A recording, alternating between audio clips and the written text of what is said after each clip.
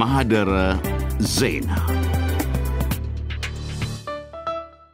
ብሪታንያዊ ጀነራል ሰር ሉዊስ ፔሊ በ1868 ዘመኑ በሙሉ እንደ ጎርጎሪያኑ አቆጣጠር ነው ወደ ፋርስ ባህረ ሰላጤ የቀዘፉት በሀገራቸው መርከቦች ላይ የሚደርሰውን ዘረፋና ጥቃት የአካባቢው ገዢዎች እንዲያስቆሙ ለማስጠንቀቅ ነበረ። ጀነራሉ የዛሬዎቹን የቀጠር የባህሬንና የአቡዳቢ ገዢዎችን አነጋግረው የገዢዎቹን ጠብ አቀጣጥለው ለታላቅ ቅኝ ገዢ ሀገራቸው ትናንሽ ቅኝ ተገዢዎችን አትርፈው ተመለሱ። በ145ኛ ዓመቱ ዘንድሮ ወደ ሪያድ የተጓዙት የአሜሪካው ፕሬዝደንት ዶናልድ ትራምፕ ከጉዟቸው ዓላማ ዋነኛው ሪያድ የሰበሰቧቸውን የሙስሊም ሀገራት መሪዎችን በሙስሊሚቱ ኢራን ላይ ለማሳደም ነበረ። ትራምፕ ዋሽንግተን በደረሱ በሳምንቱ ባንድ ያደሙ አንድ የመሰሉት አረቦች ውጊያ ቀረሽ ጠብ ገጠሙ። ታሪካዊ የታቀደ እንበል ወይስ አጋጣሚ? ላፍታም አብረን እንጠይቅ። በ2009 ከዩናይትድ ስቴትስ ውጭ ጉዳይ መስሪያ ቤት አፈትልኮ የወጣ አንድ ምስጢራዊ ሰነድ ያኔዋ ውጭ ጉዳይ ሚኒስትር ሂላሪ ክሊንተን የአልቃይዳ፣ የታሊባን፣ የኤልኢቲ እና የሌሎች አሸባሪዎች የገንዘብ ምንጭ ሳውዲ አረቢያ በመሆኗ ብዙ መሰራት አለበት ማለታቸውን ያጋልጣል። የወይዘሮ ሂላሪ የምርጫ ዘመቻም ሆነ የባለቤታቸው የቢል ክሊንተን ድርጅት ወይም ፋውንዴሽን ትልቅ የገንዘብ ምንጭ ያው ሳውዲ አረቢያዎች ናቸው። ወይዘሮ ክሊንተንን የተኩት ውጭ ጉዳይ ሚኒስትር ጆን ኬሪ በአንጻሩ ቀጠሮች ሰኞ ሐማስን ረድተው ማክሰኞ ከእናንተ ጋር ነን ሊሉን አይገባም ብለው ነበረ። ካለፈው ሳምንት ጀምሮ ከሪያድ፣ ካይሮ፣ ከማናማ፣ አቡዳቢ የሚሰማው ፕሮፓጋንዳ ግን እንደ ክሊንተን ሳውዲ አረቢያ ላይ ሳይሆን እንደ ኬሪ ቀጠርን በአሸባሪነት የሚወነጅል ያስቀጣና ለሌላ ቅጣት የሚያዝት ነው። እርግጥ ነው የሪያድ ዶሃ፣ የአቡዳቢ ዶሃ፣ የማናማ ዶሃ ጠብ፣ ግጭት፣ ውዝግብ አሁን አዲስ አይደለም። የምዕራቦችን በተለይም የዋሽንግተኖችን ፈገግታ ለማግኘት ህዝባቸውን እየረገጡ ነዳጅ ዘይት እየዛቁ ለምዕራቦች ዶላር ለመዘርገፍ ሲሽቀዳደሙ እርስ በርስ መላተም ከጀመሩበት ከ1970ዎቹ ወዲህ ግን የንግድ ጉዳይ አጥኚ አሊሰን ውድ እንደሚሉት የሰሞኑ ጠንካራው ነው። This is the first time this has happened, so it is an unprecedented situation in that regard. እንዲህ አይነት ነገር ሲከሰት ያሁኑ የመጀመሪያ ነው።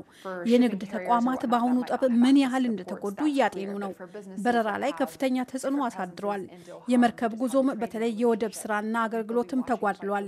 ይህ ግልጽ ነው።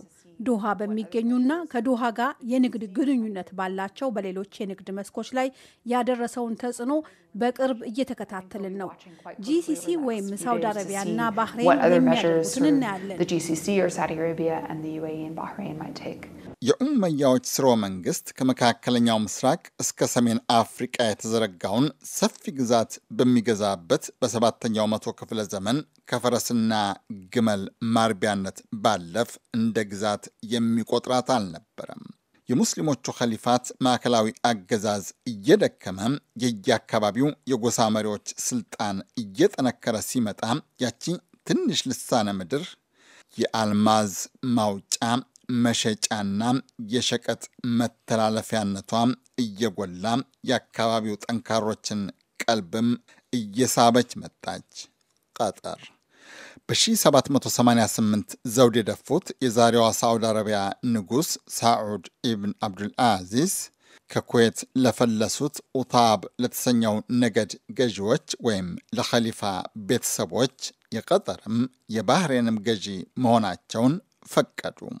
ከ30 ዓመታት በኋላ ግን የኦስማን ቱርኮችን ጠንካራ የገዥነት አጥር ሰብረው ለመግባት ሲያደቡ፣ ሲሞክሩ፣ ሲያሰሉ የነበሩት የብሪታንያ ቅኝ ገዢዎች የመጀመሪያውን ጠንካራ ሙከራ አደረጉ። በብሪታንያ መርከቦች ላይ አደጋ ተጥሏል በሚል ሰበብ የብሪታንያ ባህር ኃይል ዶሃን አወደማት። የኸሊፋ ቤተሰብም ቀጠር ላይ ተክሎት የነበረው አንድ እግሩ ተቆርጦ ማናማ ላይ ብቻ ቀረ። መሐመድ ቢን ሳኒ ቢን መሐመድ አልሳሚር የእንግሊዝ ጦር የከመረውን ትቢያ አራግፈው የመጀመሪያውን የአሳኒ ስርወ መንግስት መሰረቱ። 1825 ነበረ። የብሪታንያ ቦምብ ሳዑዲ አረቢያ፣ ቀጠርና ባህሬንን 3 ሀገራት አደረገ። ይሁን እንጂ ከ1825 ጀምሮ የተፈራረቁት የስዑድ የኸሊፋም ሆኑ የሳኒ ስርወ መንግስታት ሲሻቸው እንደ ጥብቅ ወዳጅ እየተፈቃቀሩ፣ ሲላቸው እንደ ጠላት እየተሻኮቱ ዘመን ከመቁጠር ባለፍ የህዝባቸውን ግንኙነት፣ ድንበራቸውን፣ የፖለቲካ መርሃቸውን በተመለከተ ለአንድነትም ለልዩነታቸውም ደርዝ አብጅተውለት አያውቁም። በመጀመሪያው የዓለም ጦርነት ተሸንፈው የገዥነቱን ስልጣን በብሪታንያዎች የተቀሙት ቱርኮችም ሆኑ ብሪታንያዎች ራሳቸው ጠቡ ሲከር ረገብ፣ ወዳጅነቱ ሲጠብቅ ላላ በማድረግ ያገዛዝ ስልት እስከ 1970ዎቹ መጀመሪያ ድረስ ዘለቁ። በ1971 ቀጠር ከብሪታንያ ቅኝ አገዛዝ ነፃ እንደወጣች የሀገርነት እውቅና ቀድማ የሰጠቻት ሳዑዲ አረቢያ ነበረች። የቀጠርና የሳዑዲ አረቢያ ድንበር ግን እስከ ዛሬ ድረስ በሕግ አልተከለለም። እነዚህ ሁለት ሀገራት አንዷ ትልቅ ሀገር ናት፣ አንዷ አነስ ትላለች። እንደ አጋጣሚ ሆኖ ሁለቱም በጣም የተሳሰሩ ንጉሳዊ ቤተሰቦችም ጭምር ዝምድና ያላቸው፣ ሁለቱም የዋሃቢ ተከታዮች፣ ሁለቱም የዚህ የዋሃቢን መሰረተ የሚባለው የመሐመድ አብዱል ወሃብ ዝርያ ያለን ባዮች ናቸው። የፖለቲካ ተንታኝ ዩሱፍ ያሲን ቀጠር ነፃ እንደወጣች ከባህሬን ጋር የገጠመችው የደሴቶች ይገባኛል ጠብ የተዘጋው በ2001 ዓለም አቀፍ ፍርድ ቤት ባሳለፈው ብይን ነበረ። በጣም ትንሽ ሀገር ናት። አንጡራ ዜጋዋ 400 ሺህ አይደርስም። የጋዝና የነዳጅ ሀብቷ ግን ከምትሸከመው በላይ ነው። ትንሽ ደካማነቷን በሀብቷ ጉልበት ለማካካስ ለአካባቢውም ለአውሮጳ አሜሪካ ሀያላንም ገንዘቧን ትረጫለች። ትንሽ ጎረቤታቸው በየአካባቢው በሚለኮሰው ጦርነትም፣ በየስፍራው በሚደረገው ድርድርም፣ በየዘመኑ በሚፈበረከው ቴክኖሎጂም፣ በየመስኩ በሚያከብር በሚያነስረው ንግድም አለሁ ማለቷም በተለይ ለሪያድ ገዢዎች እንደ መቅበጥበጥ ነው የሚታየው። አሚር ኸሊፋ ቢን ሐማድ አሳኒ የሪያድ ገዢዎች ቁጣ ጠጠር ሲል ሩጫቸውን ገታም፣ ቁጣው ረገብ ሲል ፍጥነታቸውን ጨመር እያደረጉ መግዛቱ የተሳካላቸው መስሎ ነበረ። አባታቸውን ከስልጣን አስወግደው ዘውዱን የጫኑት ሐማድ ቢን ኸሊፋ አሳኒ ግን ለሪያዶች ተግሳጽ የሚመለሱ አይነት አልሆኑም። ሪያዶች በ1996 ሐማድን ከስልጣን አስወግደው አባታቸውን በ2005 ደግሞ ያጎታቸውን ልጅ ለማንገስ 2 የመፈንቅለ መንግስት ሙከራ አድርገው ነበረ። የአሁኑ አሚር አያት ተገልብጦ አዲሱ ስርዓት የመጣበት ሁኔታ አለ። ከዛ የአረቡ ስፕሪንግ የተባለው በየቦታው የተነሳው መነሳሳት ላይ የነበራቸው ሚናና ከሁሉ በላይ ግን የሳዑዲ አረቢያ ንጉሳዊ ቤተሰብ ወይም ኤሊቶች በእነዚህ በጋልፍ ተናናሽ ሀገሮች ላይ ያላቸው ሞግዚታዊ ይገባኛል ነው። አሚር ሐማድ በ2013 በፈቃዳቸው ስልጣን ሲለቁ ያነገሷቸው የልጃቸው ታሚም ቢን ሐማድ አሳኒ መርህም የአባቱ ልጅ የሚያሰኝ አይነት ሳይሆን አልቀረም።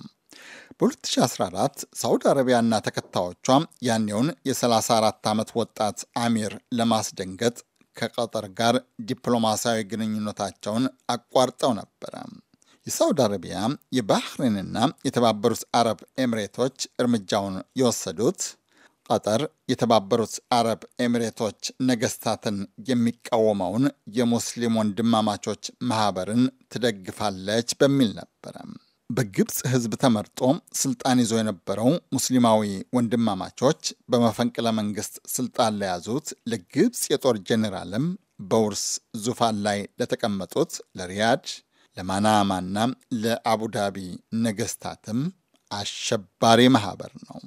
ለፍልስጤም ነጻነት የሚዋጋው ሐማስ ወይም የሊባኖሱ ደፈጣ ተዋጊ ቡድን ሂዝቡላህ፣ ሁለቱን የምትረዳው ኢራንም ለሪያድ፣ ለማናማ፣ ለአቡዳቢ ገዢዎችም፣ ለቴል አቪቭ፣ ለዋሽንግተን፣ ብራስልስ መንግስታትም ልክ እንደ አልቃይዳ ልክ እንደ እስላማዊ መንግስት ሁሉ አሸባሪዎች ናቸው። ከአሁኑ ውንጀላ ዋናው የሳውዲ አረቢያ ውጭ ጉዳይ ሚኒስትር አድል አልጀባር በቀደም እንዳሉት ቀጠር ከነዚህ ቡድናትና ከኢራን ጋር ትተባበራለች መባሉ ነው። እኛና ሌሎች በርካታ መንግስታት በቀጠር ላይ እርምጃ የምንወስድበትን ምክንያት እዚህ ለሚገኙ ባልደረቦቼ ገልጫለሁ። ቀጠር ለአሸባሪ ድርጅቶች የምትሰጠውን ድጋፍ እንድታቋርጥ ያቀረብነው ጥያቄን ተቀብላ ዳግም ጎረቤታችንና ሸሪካችን እንድትሆን ነው። ባህሬንና የተባበሩት አረብ ኤምሬቶች እንደ ሳውዲ አረቢያ ሁሉ ከትንሽ ጎረቤታቸው ጋር በይደር የያዙት ጠብ አላቸው። ወታደራዊ መለያቸውን በሱፍ ከራባት የቀየሩት ጄኔራል አልሲሲ ሚሊዮናት ዶላር ከሚቆርጡላቸው ከሪያዶች ቃል ሊወጡ በእርግጥ አይችሉም። በሳውዲ አረቢያ ቦምብ ሚሳኤል ሀገራቸውን የሚያስጠፉት እርሰ ከተማ እንኳን የሌላቸው አብድረቦ መንሱር ሃዲ ከሪያዶች ፍላጎት ሌላ ምን ማለት ማድረግስ ይችላሉ? አረቦቹም አረቢቱ ሀገር ላይ ሲያድሙ ሁለት የአካባቢው ሀገራት ለቀጠር አለሁ ያሉ መስለዋል። ያው በዚች ሀገር ላይ ማዕቀብ ተጥሏል። በአየር በባህር በምን ተብሎ እንግዲህ እንድትገለል የተደረገው። ከዚህ መገለለዋ ሁኔታ የደረሱላት ሁለት አካባቢ ሀገራት አሉ። ቱርክና ኢራን ናቸው። ቱርክና ኢራን ደግሞ ብዙዎቻችን እንደምናውቀው እዛ አካባቢ ከፍተኛ የሆነ ተጽዕኖ ፈጣሪ የሆኑ ከአረቦቹ ጋር የቆየ ታሪካዊ ትስስርም ቁርቁስም ያላቸው። የኩዌቱ አሚር ሼክ ሳባህ አልአህመድ አልሳባህ ጠቡን ለማርገብ ሽምግልና ገብተዋል። ከኢትዮጵያ እስከ ሶማሊያ፣ ከሱዳን እስከ ማሊ ያሉ የአፍሪቃ መንግስታት የኩዌትን ጥረት እንደሚደግፉ ቃል ገብተዋል። ከአውሮፓ ሀያላን ፈረንሳይ፣ ጀርመንና ሩሲያ ጠቡ በድርድር እንዲፈታም ጠበኞችን እየመከሩ ነው። የጠበኞቹ ቱጃር ሀገራት እኩል ወዳጅ፣ እኩል አስታጣቂ፣ እኩል መሳሪያ ሻጭ፣ እኩል ደጋፊ ሀገር ዩናይትድ ስቴትስ ግን አቋሟ አቶ ዩሱፍ ያሲን እንደሚሉት ግራ ቀኝ የሚረግጥ አንዳንዴም የሚጣረስ ነው። ለመታዘብም ለመተንበይም አስቸጋሪ የሆነ ሁኔታ ነው አሜሪካ ውስጥ ያለው። የአሜሪካ የውጭ ጉዳይ ሚኒስትሩና የመከላከያ ሚኒስትር የሚያወጣውና የሚያወራውን ነገርና በዋይት ሀውስ ያለው የትራምፕ አስተዳደር የሚያወራው የተለያየ ነገር እየሆነ ስላስቸገረ ነው።